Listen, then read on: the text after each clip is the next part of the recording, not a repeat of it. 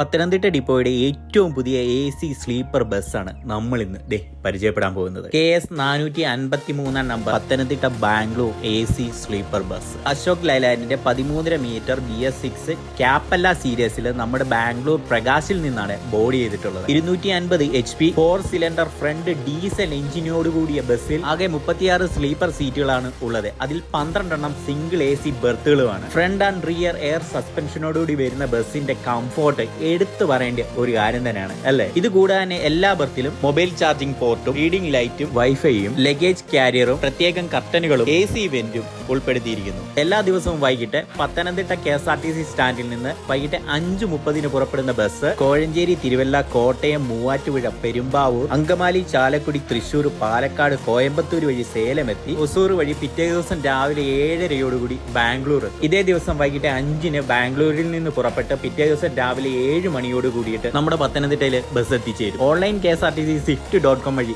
ടിക്കറ്റും ബുക്ക് ചെയ്യാവുന്നതാണ്.